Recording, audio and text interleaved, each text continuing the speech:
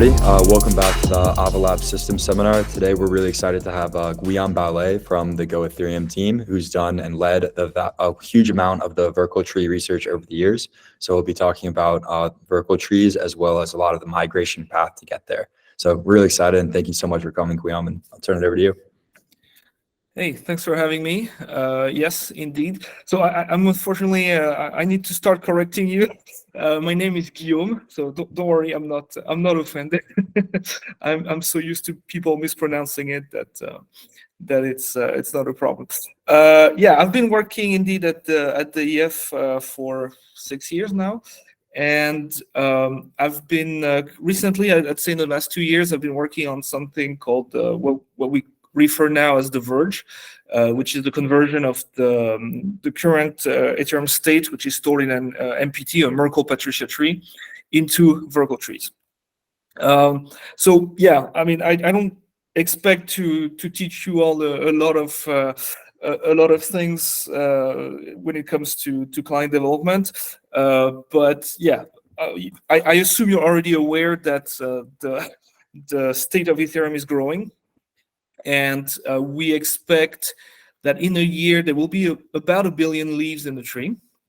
So this has consequences. One of those consequences is that databases, as they get bigger and bigger, they get slower. But it's also in general inducing a lot of maintenance issues with nodes. Well, first you need to upgrade your disks, because a lot of people bought a 1 terabyte disk and we're starting to hit that limit. It means that if you're trying to sync, it's going to take a long time. So we have made a lot of progress on the sync algorithms even recently, but yeah, it's still not satisfying. It's still quite difficult to sync. So yeah, there's a lot of things that feels like the system is bursting at the seams, and that the consequence is that more and more people are relying on centralized providers just because they don't want to maintain the node, and as a result, basically, Ethereum would no longer be the decentralized ecosystem that it strives to be. So of course, we try to mitigate a few things. We repriced some opcodes. One of them, we also changed the behavior. For example, I'm talking about the gas refund. When you used to write some data that was non-zero, you would pay some gas to write it in the state. But as soon as you wrote zero instead, the assumption was that this would reduce the size of the state. So people would be incentivized to write zeros, to delete what they create if they can. And that backfired really badly, because someone created a contract called gas token, where people could just reserve space and hope to get the refund at a time when gas was more expensive. So very quickly, that turned out to be the biggest contract, maybe not the biggest, but one of the big contracts in the Ethereum state. So clearly, that was not a good idea. So we stopped doing that so that people don't keep adding more state. We created, well, there's been some, that was not the initial goal of EIP 1559, but because it had some pressure on the gas price, making it like, if you want to pay a lot of gas to create a block, to make a very big block, the price would go up. So the hope was also that this would sort of reduce the gas price. There's clearly not a significant result with this on this front, but that was an interesting aspect of it as well. And then there's more technical things that really are gas specific. So we started taking stuff out of the database and putting it in an ancient store. So somewhere where, if it's not going to be accessed, it's very unlikely to be accessed in the day-to-day business of client execution. This will be stored out of the way and make the DB less like a bit smaller. We invented this thing called SnapSync that comes with a snapshot. So it's basically a key value store. So instead of jumping from node to node in the tree, you go straight to the data. That added more data to the state, but it comes at it's improving the performance, so it's quite useful. And very recently, Gary from DEF, especially from the guest team, has worked on the path-based storage. So instead of storing nodes by hash, we store tree nodes by their path in the tree, so you can go straight to the node you're looking for, and that's improving the reads. That's also helping not store several versions of the tree in the disk. There's always one version of the tree in the disk, and all the updates are kept in memory and RAM until they can be collapsed and written to disk. So that's a very useful change, and Verkle trees are going to build on top of that. But yeah, so I would say there's still a lot of room for long-term improvement, and we proposed ideas, so Verkle trees or stateless Ethereum, something history expiry. So it's all about deleting old data, old blocks, old logs, a lot of things that right now clients are keeping around, but maybe they should not. There's state expiry scheme. There's been a few proposals. None of it has been really worked on for the last 3 years at least, but it keeps coming back as a topic. And then there's also ideas where you would shard the state and distribute it all over the network. So that's what a project like the Portal network is doing. So I'm going to focus on Verkle trees because that's what I've been working on the last 2 years. It's a new tree structure. So I don't know how much of the structure of Ethereum you know. I assume quite a lot. But just as a reminder, currently Ethereum has one single account tree.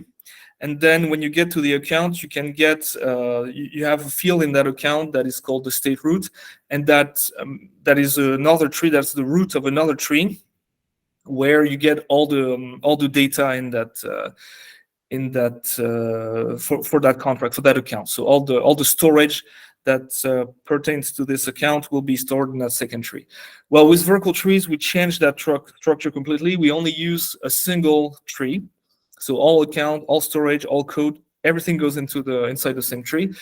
And we use a new key format to find everything. We'll explain that in a minute. And we also replace hashes with polynomial commitments. I will also talk a bit about this. It's a pretty big topic, so I will just give a very high level overview, but it's a very interesting topic. So I was talking about the new key format. So what we do is each account has each item in an account. So for example, the balance, the nonce, any slot, storage slot, any piece of code, like chunk of code. So we chunk the code. We break it into chunks of 31 bytes plus some indicator byte at the beginning to say if it's been push data, what we call push data. And every one of this item has an offset associated to it. So for example, the balance is at offset 1, the nonce is at offset 2, slot number 200. Well, we have this what we call the main storage offset, which is a huge number. And we add, well, there's a bit of a complication I'm not going to get into, but we have a calculation, so we can find the offset from this formula. The number minus 64 plus the main storage offset. And then the code chunk are also have a start offset of 128 plus the chunk number. And what we do is we take to calculate the key, where do we find each item in the tree? We calculate the key, by taking the address, and we take so the offset is taken as a big endian 32 byte number, and we only take the 31st bytes out of this, and we just compute that hash. So it's not a Ketchak, it's a Pedersen hash. It's a hash that is based on elliptic curves, but has some nice properties, including ZK friendliness.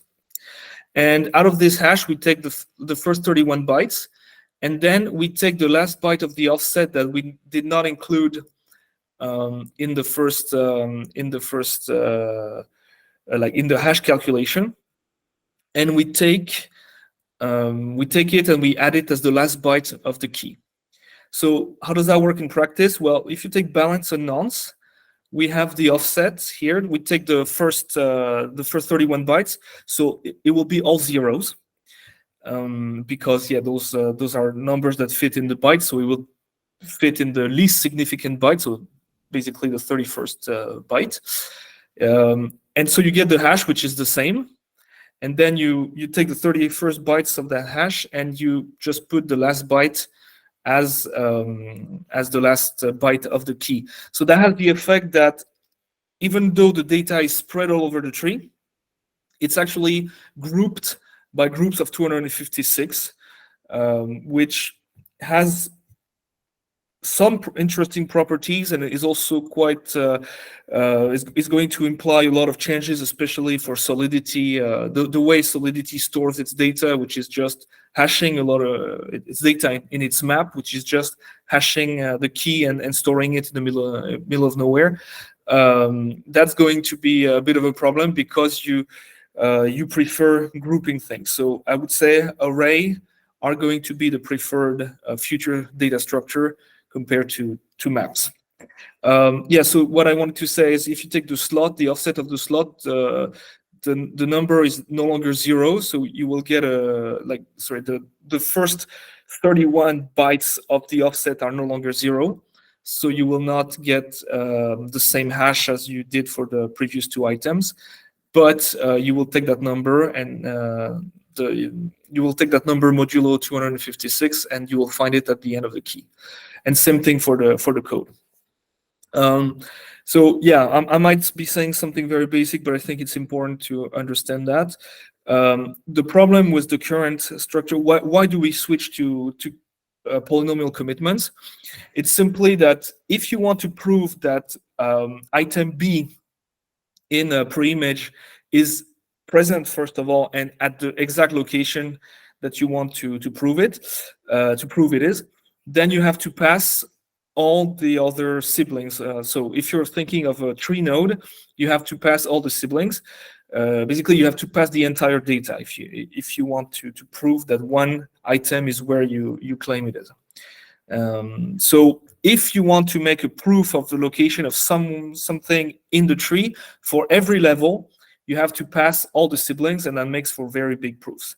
If you go for polynomial commitments, I'm only going to skim over the surface here because it's a very complex and deep topic. But assume you have a vector, and you want to prove that B is at position 1 in the vector. You create a polynomial that is in Lagrange form, and I don't want to get too much into the math, but the idea is those polynomials, those L polynomials, are known as the Lagrange basis. And L1, for example, will be 1 if x equals 1, and all the others will be 0 if x equals 1. And for example, L2 will be 1 if x equals 1. If x equals 2, and all the others will be 0 if x equals 2. So don't want to get too much into the polynomial stuff at the moment. We can always discuss it afterwards if you're interested. But the idea is that when you pass a commitment, you just evaluate this polynomial at a random number that you don't that the prover does not control. So it can be done interactively, or it can be done through what's called the Fiat-Shamir forgot the word, but like technique. I'm going to say technique, and so. Yeah, the prover cannot predict beforehand what this S is going to be, so they can't really cheat. And that's what's interesting, the proof that your vector equals b at its first position is equivalent to saying there exists a polynomial that q that the prover will send to you and convince you it's a polynomial. Actually, the prover will send to you the polynomial evaluated at S and proves to you that it comes from a polynomial. And the way it proves it to you depends on the technique you choose. You can go with KZG, you can do that with what we use, which is IPM. And yourself, you are building a polynomial, which is actually the division of the polynomial value that you divide by. Basically, you factor out the solution, the root that you want to prove, and if like this division represents the evaluation of that second polynomial at the point you're interested in, and if they both agree, there's a lemma. It's called the Schwarzlippe lemma that say that if two polynomials agree on one point, they are probably, with very high probability, they are the same polynomial. Okay, so that was a lot of math. Very also, that was very, very simplified math. So if you want more details, you can always ask me later. But yeah, hopefully that was enough for you to get the point that the advantage is that if you want to prove the position of one value in a vector and what that value is, you only need some constant data. So that means that you can make your tree much wider, like each of your branching nodes can become much wider because you don't have to pass the siblings. And because those trees become much wider, they also get more shallower. And as a result, your proof, like there's some kind of virtuous cycle that your proofs becomes smaller and smaller. And just to finish with the tree structure, we also have a structure. I'm not going to get too much into the details, but the structure is basically divided in 3 parts. So forget about this part. It's only used to compute the commitment, and we don't want to. I'm not going to cover that. But the idea is that you have a first part, which is only branching nodes. So you can't have, like you do in the MPT, at least in theory, right now, an extension node in the middle, stuffed in the middle of all those branching nodes. That is no longer possible. And then you have some kind of extension node, and that corresponds to the stem. So the stem, I forgot to say, is that part here, the hash of the address and the 31st bytes of the offset. Actually, the first 31 bytes of the hash of the address and the first 31 bytes of the offset. So it's a 31 byte value. And so the last byte represents the group. So that's what I was saying. The values are grouped by groups of 256 values. And let's say that this group, because the tree is fairly shallow, it will not share more than maybe 4 to 6 prefix bytes with any other group in the tree. So in order to not use all those, in order to not have branching nodes with only one value in the tree all the way down, all the way along those 31 bytes that we call the stem, what we do is we create this extension node that just says, that just contains the stem. And that's quite interesting because unlike the MPT that we use in Ethereum, if you, for whatever reason, you find yourself inserting in the tree and you end up in having to insert into the extension node, so you will have to create intermediate branching nodes, of course, but the commitment or the equivalent of the hash to this tree doesn't change. So because the extension node in the MPT, you would have to break the extension into 2 pieces, and so the node itself that used to be there will have its commitment updated. Not so here, which is quite interesting because you don't have to recompute everything, or at least the commitments to that node that gets a new sibling. So trying to not spend too much time on that either. But why do we have Verkle trees, or why do we want to use Verkle trees? Well, basically because the tree gets smaller, the proofs that are connected to its use get smaller, so it makes stateless clients, light clients, more usable, or more practical at least. You can also enable other features like I was talking about, the portal network. So you could imagine getting the data as you need it off the network in real time and verifying the proofs. And another reason we also designed this whole very complicated structure has several intents in mind, but one of them is to be ZK friendly. So everything is all the hashes are really all the values are considered to be field elements, and that plays along nicely, or more nicely than the MPT currently does. So now let's talk about the conversion and the fork itself. So yeah, there's this item on the roadmap that's called the Verge.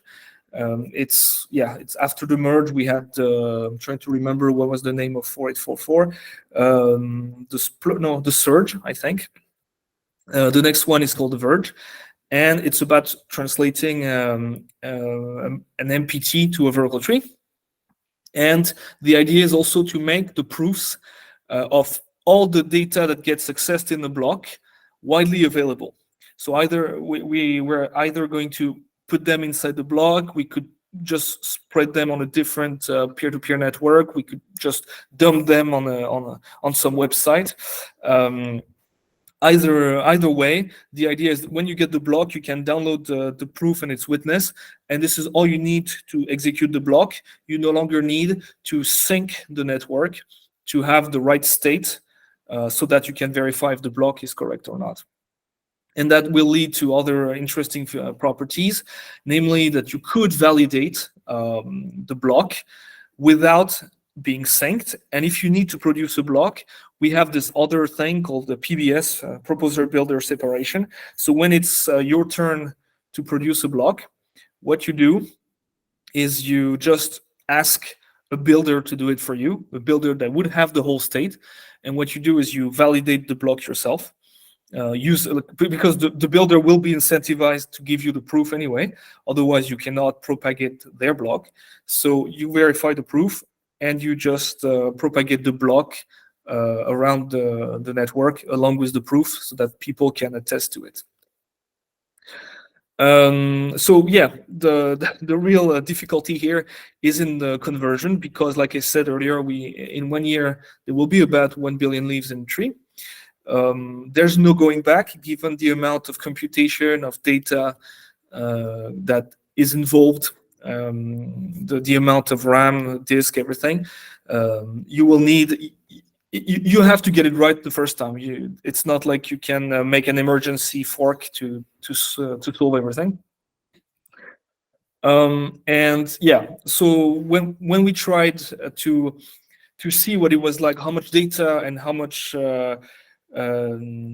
resources, how many resources we would need to produce this.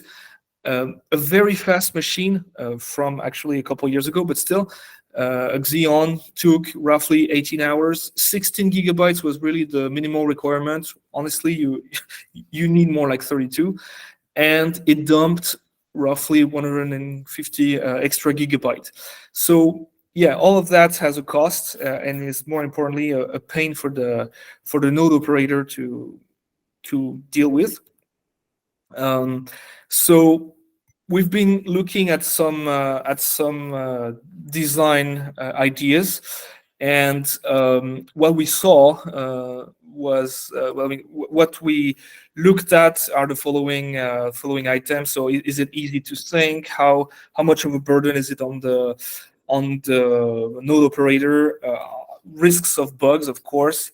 How long does the transaction conversion will take, etc., etc. So we came up with those 5 ideas. So the first one is called the Roll-Up Appreciation Month, and it's a terrible idea, but it's it has a lot of good properties nonetheless, which is why I mention it. The name itself is a joke, but the idea is that for a month you only produce empty blocks, so no transactions get included on mainnet. That means if people want to transact, to interface, to interact with the network, they have to use rollups. Clearly, that's not really acceptable. But on the plus side, the execution is safe because you don't execute anything. Synchronization, you don't have to synchronize anything, so that's nice. At least during the conversion. Yeah, and the risk really, not only is the UX bad, but on top of that, it's more likely that a lot of people say, I'm not going to bother doing that conversion. I'm just going to wait for people to do it for me, and when they do, I will download the image, which is exactly what the next idea is.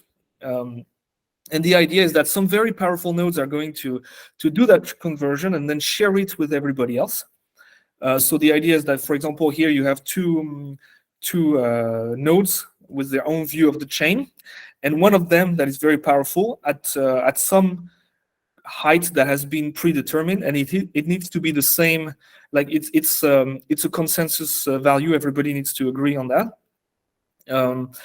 At some block height that is a consensus agreed by consensus, some of those nodes stop following the chain and they just start converting, like we did in when we wanted to estimate how long it would take to do the conversion.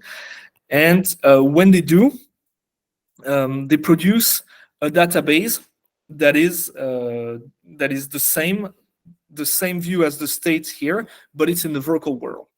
And then they distribute this around to the network, and so everybody has to download this state and then replay the blocks as they have them, in kind of revisionist history, where they just pretend, yeah, no, actually we were in Verkle mode since that time, and we just replay, and hopefully they manage to catch up fast enough that they are on par with the chain before the fork. They are on par with the MPT chain before the fork height, and then at this point, the revisionist history becomes canonical. So there's a few problems with that. I mean, there's a disconnect. Clearly, there's replaying past history in Verkle mode, but because the gas schedule, the gas model changes, that means that you could potentially create an attack, or nodes are going to pay. Maybe something that used to be cheaper in MPT becomes very expensive in Verkle tree. So you could create some attacks. And in general, I've tried this model. It's extremely brittle, so it's really not practical. There's also the question of the sync. How do you make sure that what happens if you join late? What happens if you don't? If you have a problem converting, etc., etc. So yeah, it's not very nice. And on top of that, it uses twice the disk space because yes, you need to have basically two clients running side by side. Okay, I need to go a bit faster on the alternative method. Yeah, we have the bulk conversion, which is basically the same thing as what I just described, but everybody does their own conversion. So it's really the worst of both worlds, even though you don't have to trust anybody with the conversion. But here comes the method that we want to really cover, which is the overlay method.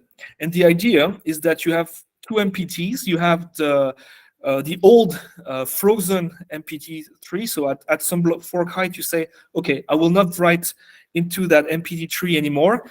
You start with a fresh overlay tree, and every write goes into that tree. And so what you have to do, and I will show it, but I have a little demo. But what happens is that when you read from the tree, when you read from the state, first you read from the MPT, is from the Verkle tree, which is the overlay tree. And if you don't find the data in there, you have to go to the base tree to see if the data was present there. And then every block, you take n values from the MPTs actually, and you move them into the Verkle tree. Yes, it's a process that starts after the finalization of the fork blocks. That you can assume, for example, that the snapshot is there. You can assume that it will not reorg, so it simplifies things a bit. Oh, and okay, I'll get over that. I'll get to this topic in a minute. And what you can do is, when you know that you haven't that you will not need to reorg the MPT, at least through the MPT, you can delete internal nodes. So you can save some space. And because it's in consensus, everybody can find out if they have a bug. The chain will split, so you can make an emergency release. So it's really nice for that. So just to show how it plays out, I have you have the blockchain that is going to expand in that direction. This is all the blue squares represent the values that were written to the state before the fork. The purple ones represent the values written after the fork, so currently there isn't any. The red squiggles here represent the internal nodes of the Merkle-Patricia tree, and the green arrow represents the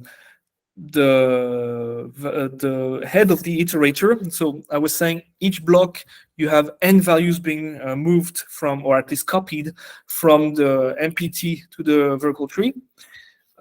So we're this is the head of the iterator that is going to sweep over the state, basically.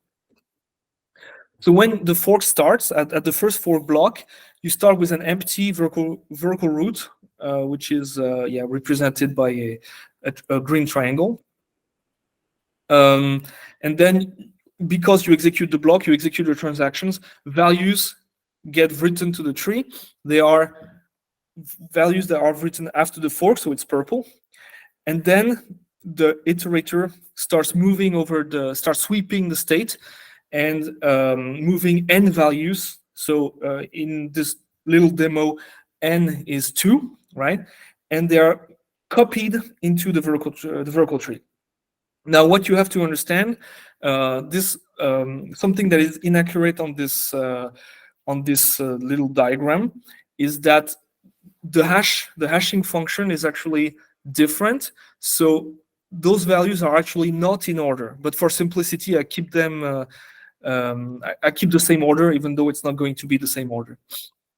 And so imagine you want to access some data that is here. You don't know where it is first, so you have to go for the tree, the Verkle tree first. You don't find it there, so then you go to the MPT and you have it, and you find it. If you don't find it, it's simply not present in the state. Next block, you come up with a new overlay tree. I mean, you keep increasing the size of the overlay tree keeps increasing, and you move, like the iterator moves by another 2 values, so they get copied. But while you were executing the block, some values got overwritten, so they get clobbered, really, more than overwritten. So next time, if you want to read the value here, you will find it in the Verkle tree. You will never hit the Merkle tree. And when the MPT nodes, when the conversion block, the transition block is, the fork block is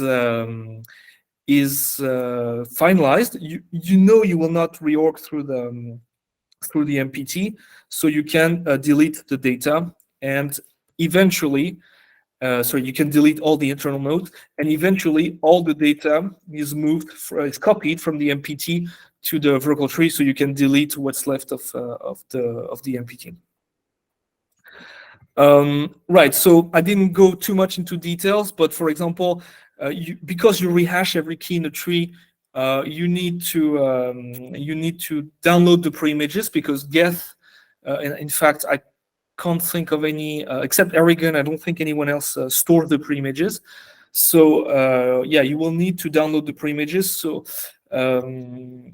And yes, we have several options, but it's probably just going to be dumped on a what's that called, on the CDN, or maybe some people will want to propagate them through a peer-to-peer network. But yeah, that seems overkill for this thing.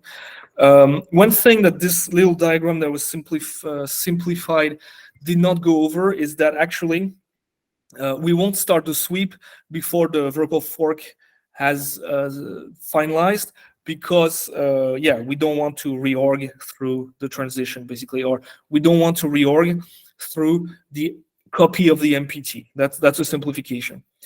And during the transition, another thing that is not said, so we will make proofs available right off the bat, right at the transition, but proofs and witness, but we will not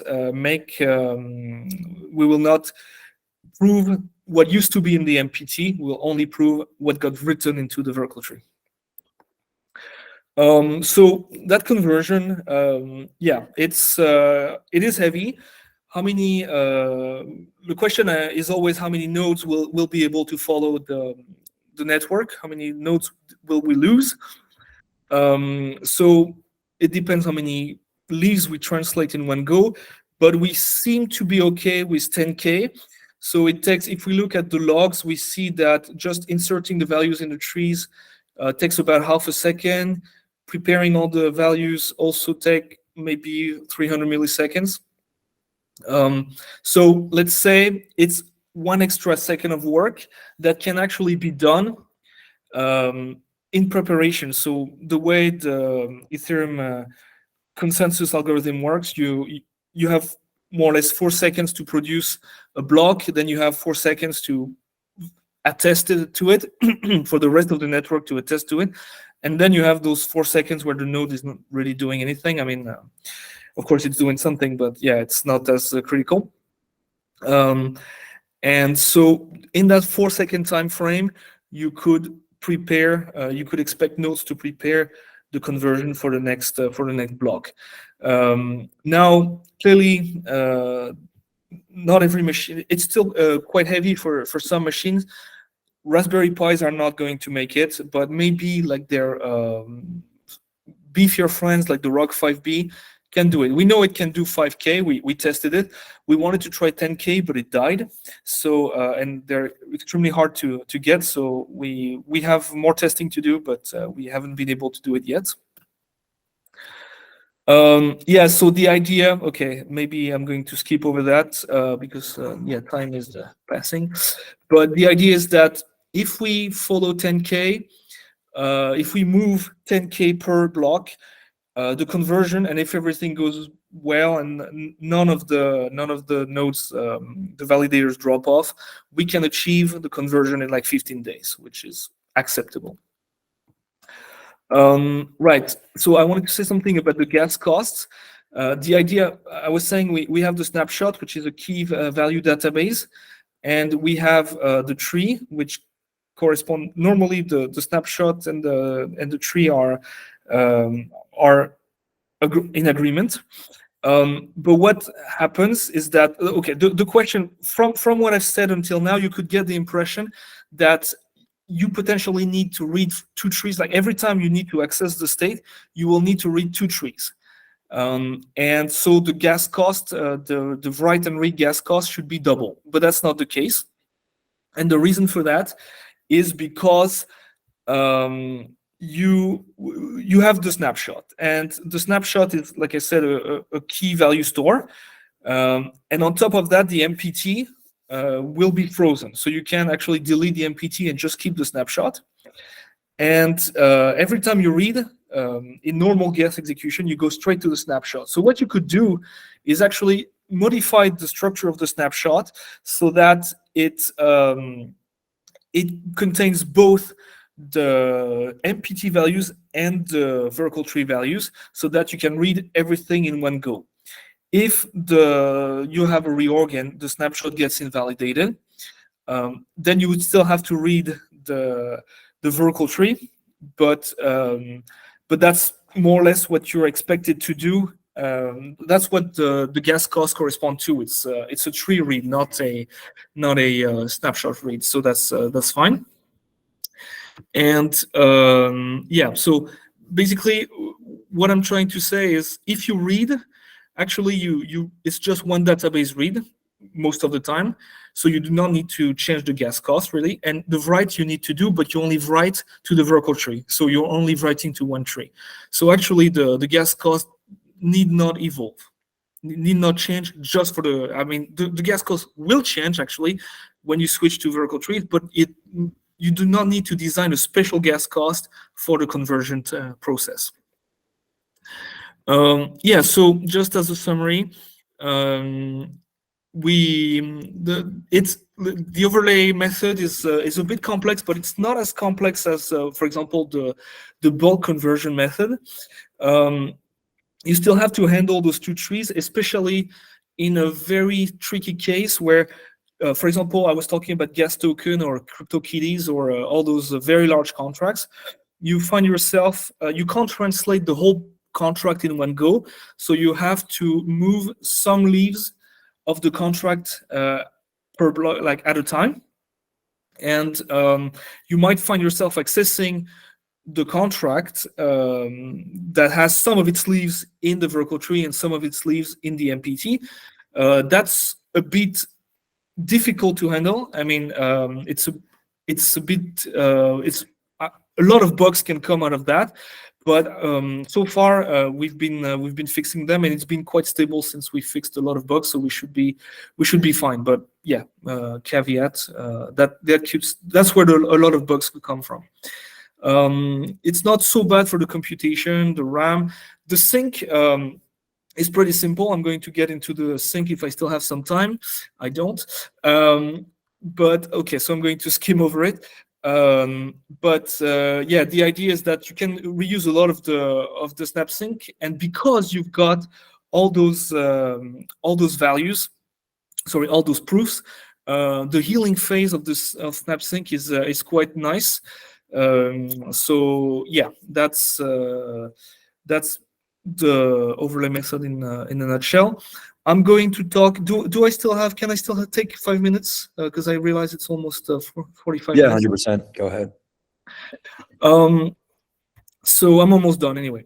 So yeah, it's about the synchronization. So unfortunately, we'll have to get two different algorithms one for the conversion, and one for after the conversion. But I would say it's not so bad if we don't have time to create one for the conversion, because the conversion is going to be 2 weeks to 1 month. So if we take if we have to full sync, it's going to be a bit of a pain, but it's not the end of the world. And so the idea is, during the conversion, what we could do, we have to download the MPT, at least the snapshot, and we have also to be up to sync with the Verkle tree. But that's quite the fact you have proofs and you have the witness as well. You can start reconstructing the state as you download blocks and as you download the witnesses that correspond to them. So you can start accumulating the overlay layer, and then in the background, all you have to do is download the snapshot. The snapshot doesn't get updated, so you don't really need healing. Now, of course, if an attacker gives you bad data, that's a problem. But very quickly, I assume people will start putting the MPT database directly on some website or via torrent. So there will be a lot of sources to get it from. So yeah, that's the first step. And then when you have downloaded the entire MPT snapshot, all you have to do is merge down and get back to the view you had before. So we have an idea on how to make it work during the conversion. So either you do this, or you could also just basically implement Verkle sync snap sync for Verkle. And in fact, what I'm saying here is theoretical. We have just designed the thing, but we haven't implemented it yet. But there's an implementation by Tanish from Nethermind of the Verkle snap sync that we haven't tested on the testnet yet, but it should happen next week. So next week I'll be able to give more information about this. And so after the conversion, well, either we do what I just said, we use the snap sync from that Nethermind has worked on, or you could do, and I apologize, I realize my picture is actually very hard to understand, but what you could do is just accumulate the data from the proof and then backfill that the data you're missing, either from getting historical proofs, or just doing something like SnapSync, like downloading the historical data in the SnapSync way. But the advantage is that you do not really need to heal, because every time you get the proof, you get an update to the value of the upper nodes. So you don't have to go back and forth with the healing. You can find what is out of date, and in fact you can even update the values from the proof. So it's it really simplifies the healing phase. All right, just trying to wrap up. So there was another method. It's called state expiry. The idea is that we don't copy anything from the MPT to the Verkle tree, and then in the end, people will come up with a state expiry scheme. But like I said, no one has worked on it for a while, so it's kind of kicking the can down the road. And in the meantime, people have two databases on their disks, so it's really not really nice. And we don't get all the nice features of Verkle tree because we still have the MPT, so we don't get the ZK, friendliness, we don't get the proofs unless we want to do MPT proofs, which are huge. So that's why we're not. This is like the backup solution, but we don't want to do that. And to finish, yes, where are we at? So we have acceptable performance. At least executing blocks is on par with what we get for MPT on mainnet, so that's really nice. We have a working testnet that we haven't really announced yet because we're still doing some tests, but it's been running for almost a week now. We have a shadow fork that we started working on, hopefully before the end of the year.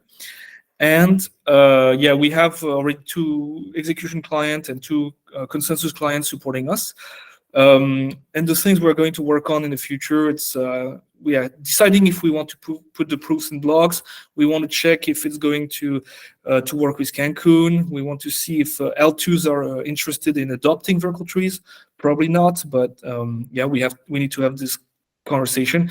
And currently, our proving speed, our verification speed is not very is not practical. It's like 1 to 2 seconds. So we need to improve that. So that's going to be what we work on next. And with this, that's pretty much it. I encourage you to look at verkle.info, and you can visit the testnet landing page where you can get all the information you want to join the testnet if you're interested. Super cool. Yeah, super cool. Thank you so much. I know Steven already had a question like 5 minutes in, so you still have time for actually before questions. Guillaume, is that right? Guillaume. Okay, cool. All right, Steven, you're up. All right. So first question, I think I just want to talk a little bit about the pre-image dissemination. So because the pre-images are still being obviously updated all the way up to that fork point, and the translation of the Verkle tree doesn't start until that fork point is finalized, is there any concern that block production might stall because you don't actually have the pre-images of those first things that you need to translate in those coming blocks? How is that kind of thought around and handled? Yeah, that is a concern indeed. So something I kind of skimmed over that because I could not really there was a lot to cram in those 45 minutes. But what we do is we do more than wait for the MPT to be finalized. for the fork block to be finalized before we start the conversion. We're going to give it maybe a week. So it will be a week with two trees, and no copy happening. And the reason for that is because we want those nodes. So what I was describing about the offline conversion method, we don't want to do that for the state, but we can do that for the pre-images, because you can check that. Well, first, there are two things that are really interesting. First, the current pre-image size database is like 78 gigabytes. And it's, by the time we get there, it's probably going to be 100 gigabytes. But out of those 78 gigabytes, there's maybe 4 gigabytes that are really useful. So what we would do is there will be some processes that will stop at the some nodes that will stop at the finalization block, and they will actually at the finalization block of the fork block, and they will go over the snapshot and resolve every pre-images in their database and produce a file that is in the exact order. And the reason why the order matters is because currently the pre-images, they're stored in, at least in Geth, they're stored in hash order, right? So that means you're basically jumping all over the database looking for your pre-images, so you're thrashing. So the goal is to get a very powerful node that does this thrashing for everyone else, and then distributes the file. It's a 6 gigabyte file. Okay, make it 10, right? People can download this, and then iterating the snapshot takes about 2 hours. So very quickly, you can find if the file you've been given is correct. And the reason why we have this 1 week is in case we find out that a lot of nodes are reporting, I don't have the right pre-images, I don't know where to download it, blah, blah, blah. We make an emergency release to delay it by a week. We try to figure it out. So it's a bit risky, but I would say compared to doing the conversion of the state, like distributed 150 gigabytes of data, asking everyone to replay blocks on top of that, it's much safer. No, yeah, that makes a lot of sense. Thanks. And then the second question I have, and then I'll let other people talk, is actually not even necessarily on like Verkle per se, but I know early on path-based storage scheme was talked about a little bit along with snapshots. And I'm very interested on if the path-based storage scheme, which I think probably still somehow incorporates in with Verkle, but is actually going to deprecate these snapshots, because you can do that O1 lookup directly into the MPT with path-based.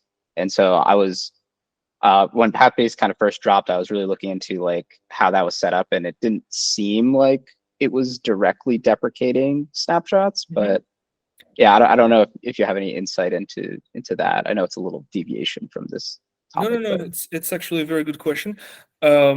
So I'm transitioning myself as Geth is transitioning from the hash-based to path-based. I'm also transitioning the whole Verkle design from hash-based to path-based. And indeed, a lot of my thinking has been made on the snapshot, but indeed the goal, so it's not going to happen immediately, but the goal is to replace, according to Gary at least, the goal is to replace the snapshot with the path-based approach, because it's the same thing. I mean, honestly, a lot of the code is similar. A lot of the storage code, the layering, there's a lot of similarities, right?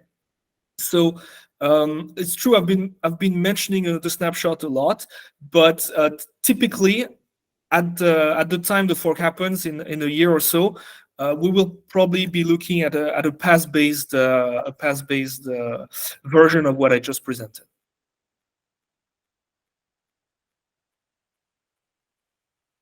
Oh, sorry. To answer your question more directly, there was also a direct question. Are we planning to get rid of the snapshot? Yes, but it's not going to happen immediately.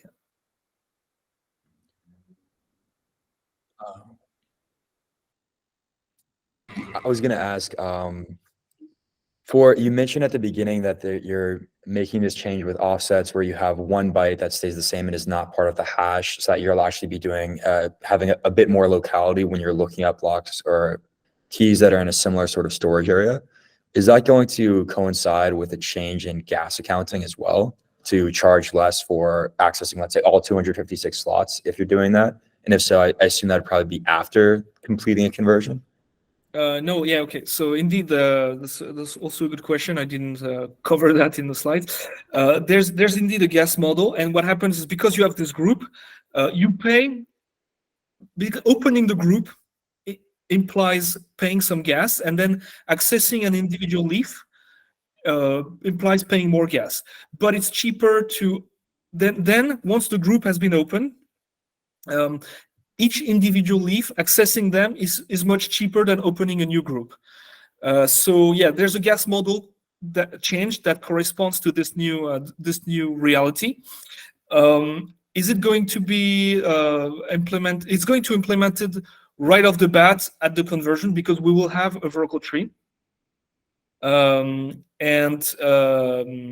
yes, the MPT is accessing the MPT means accessing, well, I was going to say the snapshot again, but let's say this flat database.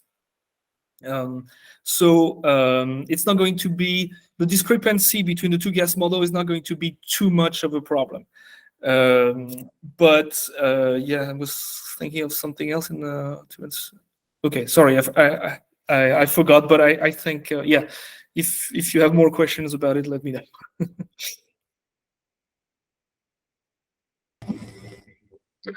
I had a quick one. Patrick here. My question's related to fee pricing related to the type of modification to the tree. With these tree structures, right, like you can modify arbitrary values into via smart contracts and whatever. As the tree gets bigger, like certain modifications can be more expensive than other modifications, or like based on the depth of the process.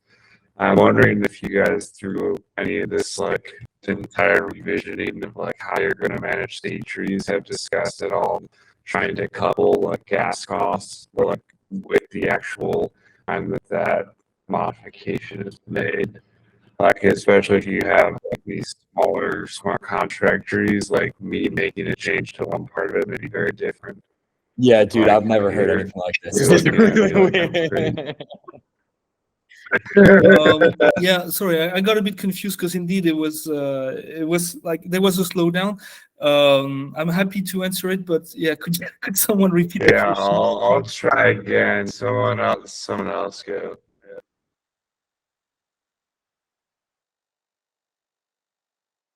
I have a quick question. Part of the benefit of the Verkle, version is that you can increase the branch factor without increasing the proof size. What is the, why can't you increase it to be completely flat? What ends up being your bottleneck? That's a good question. Well, I mean, if it's completely flat, then you find yourself having like you need to update. It's polynomials, right? Yeah, that's wait. Let me think. I thought about it some time ago. I just don't remember what conclusion I came to. But basically, okay, there are two things. For sure, the problem is that if your polynomials get if your polynomial gets very large, that means that you need okay, sorry, let me take over, restart. When you evaluate your polynomial, the size of your database, the size of your branch is also the degree of your polynomial, right? So that means you need to have a lot of, this polynomial is encoded on an elliptic curve, so you have a lot of elliptic curve points. Right now you have 256 that you encode your polynomial against. If you start having 1 billion degrees, like if the degree of your polynomial is 1 billion, that means you need to have 1 billion elliptic curve points either in RAM or in your database. So that's already a lot for something that is that you could optimize by having a tree. And otherwise, there was something else. Okay, if I don't remember before the end of the presentation, I will write to Aaron about it. But there was another reason. I just can't remember it right now.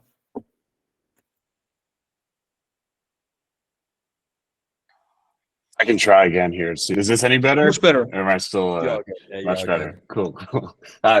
Thanks again for stopping by to present. I'm excited to watch the recording and see what I sound like. But my question is related to whether or not any thought, as you've been working on like new tree structures, has gone into thinking about pricing lookups or modifications of state based on the complexity of the tree. So like based on where you're inserting, how many like intermediate nodes, or like what the depth of it is in the tree, or if that's just not really a concern anymore with some of the stuff you're doing with Verkle. So because indeed the branching factor is much larger, the tree is deeper. So I'm not the one who worked on the gas model. That would be Vitalik and Dankrad, I assume. But my understanding is, yeah, they were considering a depth of an average depth of 4, maybe 6. So yeah, I don't think because it would even out. We still have the hashing, we still have everything, so it would even out. So it makes little sense to design a very specific gas model, and also on the user, like from a user perspective, it's quite difficult to. You can't expect the user to know beforehand what the tree is going to look like. So I would say no, we haven't really given too much thought about that. Makes sense. Thanks. I was going to ask one more, which I assume the answer is probably fairly simple. But for the overlay strategy, when you're having data that's both in the Verkle tree and then also potentially falling back to the Merkle tree, how do you handle deletes in that case? Do you have some sort of tombstone, or use the snap or something? Yeah. So we don't delete anymore. But even for storage keys as well? So storage keys, we overwrite with zeros. Okay. And we no longer delete. I mean, that's not even a Verkle tree thing. It's going to happen next fork, Denkun. We're going to simply refuse to, I mean, self-destruct is removed. I mean, mostly because it hasn't served its purpose either. No one is really self-destructing contracts. They're more like doing a lot of weird shenanigans where they create delete a million times, but they don't really delete permanently. And those, we also have a lot of maybe not a lot, but fairly painful history with self-destruct. That's the DAO hack. That's a lot of things. So we'd rather get rid of it. It hasn't delivered on its promise, basically. Cool.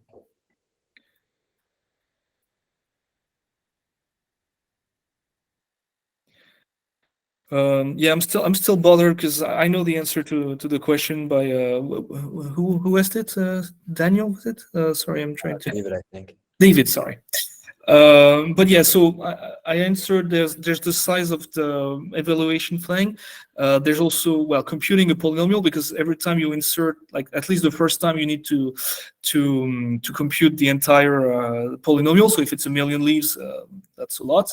But now we insert differentially, so it's less of a problem. You don't have to recompute the entire polynomial every time. But yeah, it's basically the same thing as Merkle. Oh yeah, no, wait, that doesn't work. But it's basically the same thing as Merkle tree. So it's separating.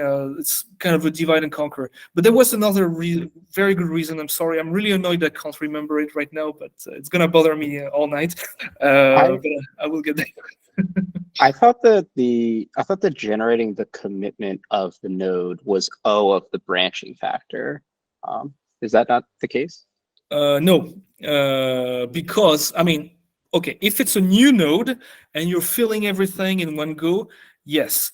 But because it's polynomials, you can just do a diff. Like it's basically just adding two numbers. So you can just add like the polynomial is just adding a number compared to at the right degree. I mean, actually, it's not the way we do it. We don't do coefficient form, we do evaluation form, but the idea is the same. It's just about adding the difference.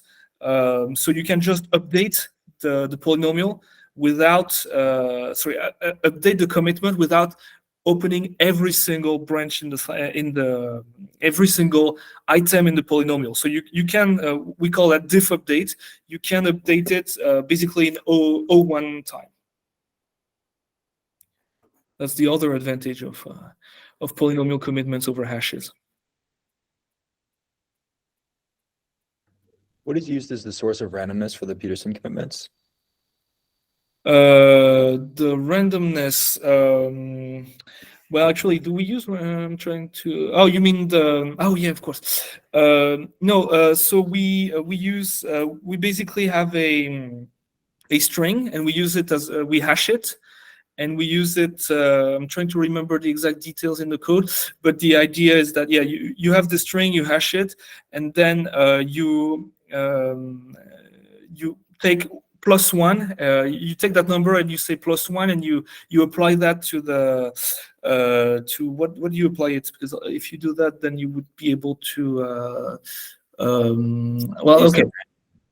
Sorry. I was going to ask you like. Never mind. I don't remember the exact details, but the idea is that you are it's a hash basically. So it's a string, it's a hash, and if you can find the idea is that because you can't, you still have the what's that called, the discrete log problem. Like because you can't solve that, you have you have those you can't calculate the difference the common factor between the two. I'm talking sorry, like this, I haven't touched that in a while, so I need to remember how that was done. But yeah, it's basically a hash. Like we have a string that says Verkle tree October 21 or something that we hash, and this hash is our source of randomness. Cool. Does anybody else have any questions? All right, I'll take that as a note. I'm going to try one more time. Guillaume? Oh, yeah, very good. Okay, great. Thank you again so much for coming. It was really fantastic. We really appreciate you taking the time. Yeah, thank you again so much. And feel free to use the Uber Eats code too if you haven't already. Cool, thank you. And yeah, so there are those two questions. It's going to bother me. I'll get back to you on Twitter. Awesome. Thank you again so much. We'll see you guys. Take care. Bye.